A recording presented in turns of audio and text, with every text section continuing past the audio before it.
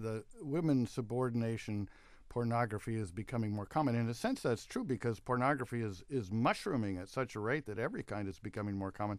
But I doubt very, very much that proportionally that's true. We have an email that says, what is the role of control? Who's making it for whom? Women making porn for women, men for men. It's kind of a succinct question, but I think the idea is there's lots of kinds of porn available now. The second point is that I think Ken made a good point, but I think you ought to separate this whole business about financial exploitation and control. That's a possible difference with men. I don't know. But another one that seems much more plausible is this kind of very visual sexuality and maybe a certain amount of objectification that's involved in ordinary sexuality as well as pornographic sexuality for men. I don't know empirically, but I wouldn't doubt that that's the case. You say it would be like original sin, but surely that's the most plausible part of Christianity. So we shouldn't just dismiss it. Before this conversation moves on too far, I want to let Brian back in here. He called with a follow-up question. Brian, you there? Oh yeah. Welcome back. What's your follow-up comment or question? I'm glad my comments have stirred up so much conversation. I don't think pornography is necessarily about control of women so much as the degradation of women. I've tried entering softcore on the internet a few times, and you just can't find anything that's softcore. It's all vile and revolting and disgusting, at least to my refined sensibilities. But I was going to say that part of it, I think, is that the need for stronger and stronger and stronger stimulus, which I'm sure you understand that idea completely. Right.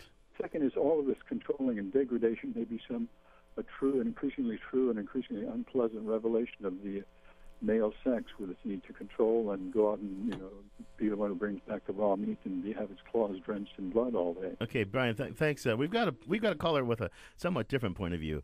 But I remind you, you're listening to Philosophy Talk. The number to call if you want to join this conversation is 1-800-525-9917. We've got Andre in Oakland. Welcome to Philosophy Talk, Andre. Hi. Well, it seems to me that there's lots of women who really enjoy bondage and being dominated. And there are definitely men who enjoy being dominated by women. There's a whole huge underground of dominatrixes and the people that dominate and so on. And I mean, it seems to me kind of ridiculous to say that these people are violating their own civil rights. Well, Andre, that's an observation that some people often make in defense of pornography. Ray, what do you think of that kind of observation? Famously, masochism is named after the Count Sacher Masoch, who liked being bound up and liked pain. I think it would be very strange to compare the games that the Count got up to, which, let's say, are parallel to the games that certain privileged men can get up to.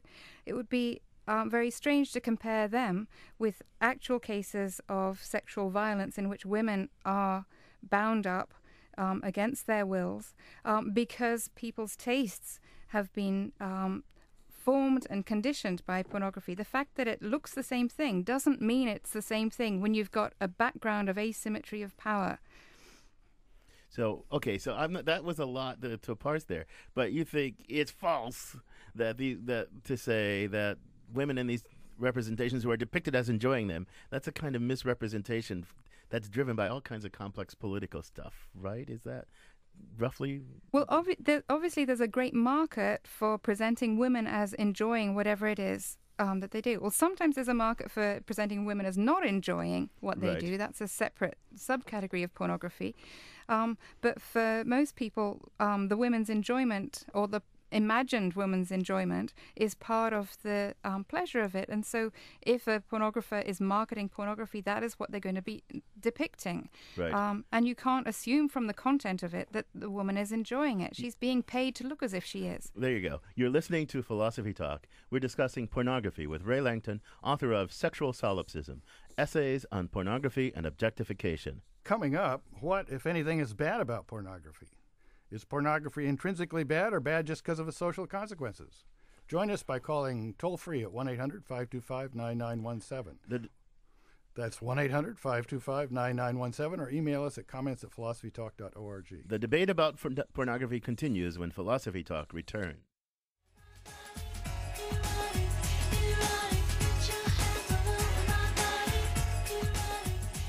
Is it erotic or is it pornographic? I'm John Perry. This is Philosophy Talk, the program that questions everything. Except your intelligence. I'm Ken Taylor, and our guest is Rae Langton, author of Sexual Solipsism.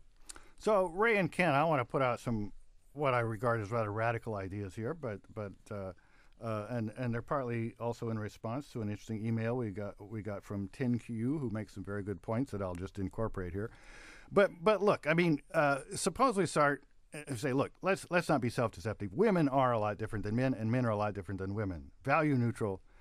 Women would really like to think of men as the way they're presented on a lot of soap operas. At least some men are presented very, very nurturing, interested in them for their minds, focusing on their children and the wonderful life they'll have, and so forth and so on. Well, some men are like that, but most aren't. Men really would like women to be like they are in a lot of pornography, just mad about sex, interested in the sexual act, and so forth and so on. Most women aren't like that. No doubt some of them are. Now, the fact that this mismatch occurs has led to an enormous amount of human grief and misery. Women and men link up early in life, and they don't get what they expected. The man doesn't get the sexual dynamo that he had in the back seat of the car once she's been married for a while and gotten pregnant and has kids. That all disappears. The woman doesn't get the sensitive guy that he pretended to be when they were dating. Now, maybe pornography is a great opportunity to come to a new way of looking at this. Encourage people. Look, just as you play video games and you kill a lot of people, but you don't think that life is really like that, take your sexual energy and pour it into pornography if you're a man, and soap operas if you're a woman, and put off these entangling relationships that ruin everybody's life. Pornography maybe is a great boon to mankind and womankind. What do you think of that? Catharsis. It's kind of fictive catharsis kind of thing. What do you think, Rae? You don't really believe the catharsis theory of pornography, do you? You think that there are these... what you just articulated. Oh. The catharsis theory is the theory... Well, I hope not.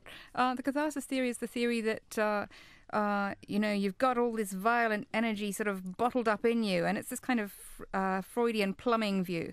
It's all got to burst out somewhere, and so why not let it burst out in this sort of harmless avenue rather than on real people?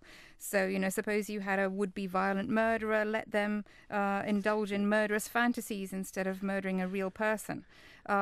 Instead of letting... men's violent and hierarchical natural desires loose. Anyway. Let me clarify. I don't equate men's interest in sex with violence. I'm sure that there's a subset where that's true. No, I just think it focuses on the sex acts, it focuses on the genitals, and so forth and so on. I think it's relatively harmless, but it becomes harmful when a real person is involved and you expect them to be like that. I think that the deep point in John, and I actually think there's something deep about it, is that there's a mismatch between male sexuality and female sexuality. So let me finish. And real life is a complicated negotiation over that mismatch to find ways that we can go on mutually together. Real life is that.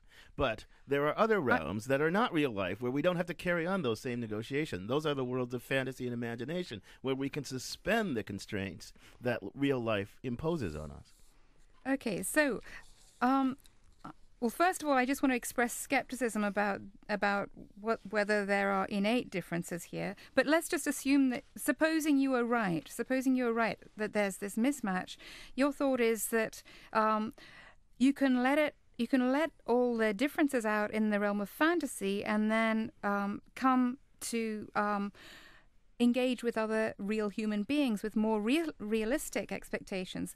But the trouble is that if your sexuality is shaped by your fantasy, you're going to be exacerbating the mismatch, not healing the mismatch. Well, that I think is one of the biggest problems in pornography at present.